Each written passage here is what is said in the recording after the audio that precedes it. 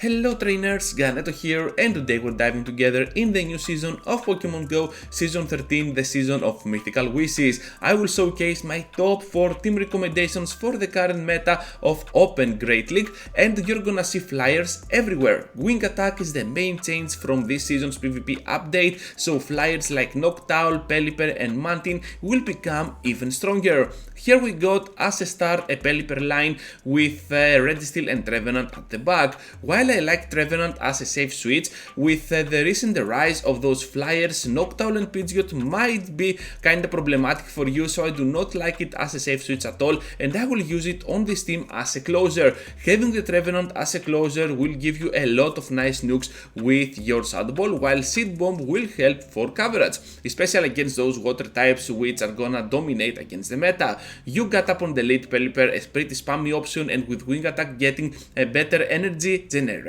you're gonna get there to your Weather Balls and the Hurricanes much faster, and you can spam your way to victory. Registeel is gonna be an amazing safe switch option, and of course your main way to go against the flyers, which is a thing that I enjoy about Registeel. Also having the chance to debuff the opponent is also pretty nice with a pure Zap Cannon, and keep in mind that Focus Blast will help you against other Steel type options.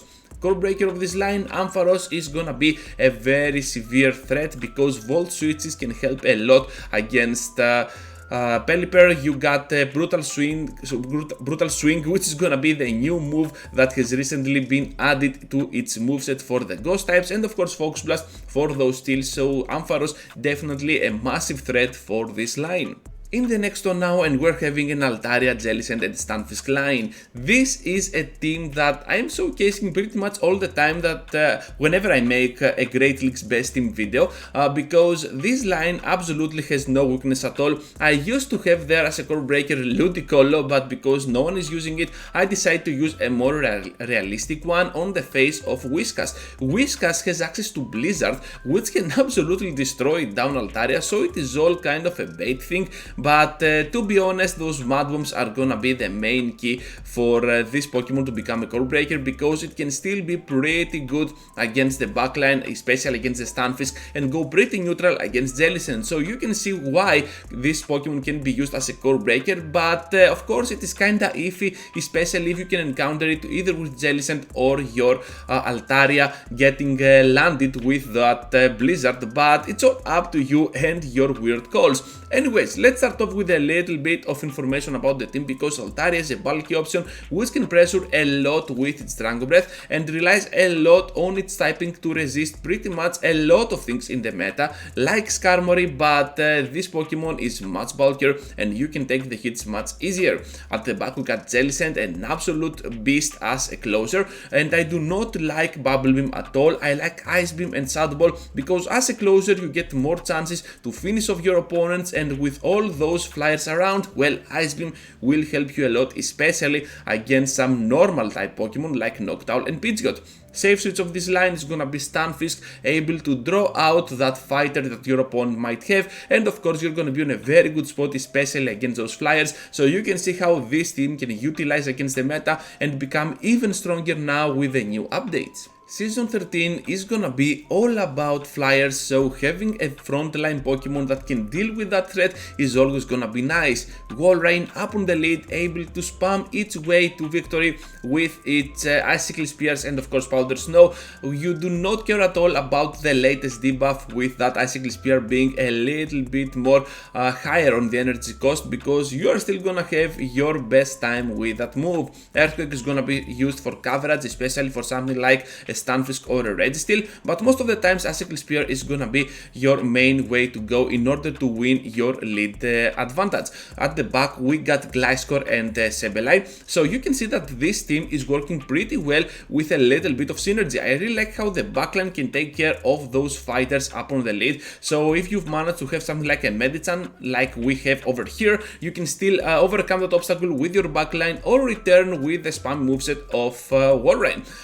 So Gliscor Gliscor, an amazing Pokemon to use overall with Earthquake and Night Slash, and now with the new Wing Attack, you're gonna get there pretty much all the time, so you can spam those Earthquakes or even the Night Slashes to get that nice boost for your Pokemon. Safe switch of the team, Sableye, an absolute safe switch for that Great League format. You need return for sure, you need foul play, nothing else, and yeah, the purified version is a must-have for Great League, an absolute threat for everything for the current meta of Open Great League, and I think for the future metas as well. Core breaker of this line is gonna be that Scrafty, because it can simply destroy down Walrein, and if they manage to seal it well, you still have that Sableye which can get destroyed as well with its dark typing. But against Gliscor it will struggle a lot, so that a pure Earthquake can absolutely destroy it down, and Wing Attacks always do super effective damage. Final team showcase trainers, and we got the Swampert Bastiodon Noctowl line. This is gonna be one of the best teams that you can use in total. Swampert able to go neutral against anything in the meta, and with the recent rise of the flyers, not only fighters will be dropped down but also some grass types. So we're looking at a pretty strong team with Swampert getting neutral against a lot of threats in the meta, and with Bastiodon coming in as a closer, because pretty much everyone is gonna have a flyer on their team and at the back, so why not snipe it down with your Bastiodon. Bastiodon is also be able to destroy down and farm down that flyer without breaking a sweat, and you're gonna get there only with your fast attacks, which is gonna be pretty much amazing. Getting out of there with a double Stone Edge is always gonna be pretty nice. Noctowl is gonna be used as a safe switch, because if you didn't know, this is gonna be a flyer that even against Stunfisk you can still go straight Shadow Ball and destroy down that Pokemon. The new Wing Attack buff is no joke at all. Core breaker of this line is gonna be Tapu Fini, because it has a very good matchup against Swampert. It has a very good matchup and super effective matchup against that Bastiodon, and of course can go pretty neutral against the Noctowl, but it is not gonna be that much of a big threat. Just a simple Earthquake or those Smackdowns can still chip away some really nice damage out of the total HP from that Tapu Fini, so you can have the upper hand with a little bit of synergy. So that's all, trainers. Thank you for watching, thank you for staying till the end. Just be sure to leave a huge like before you go, subscribe to the channel if you already haven't. Those were my top 4 team recommendations for Great League Open, and I hope to see you all into the next one. Take care, trainers.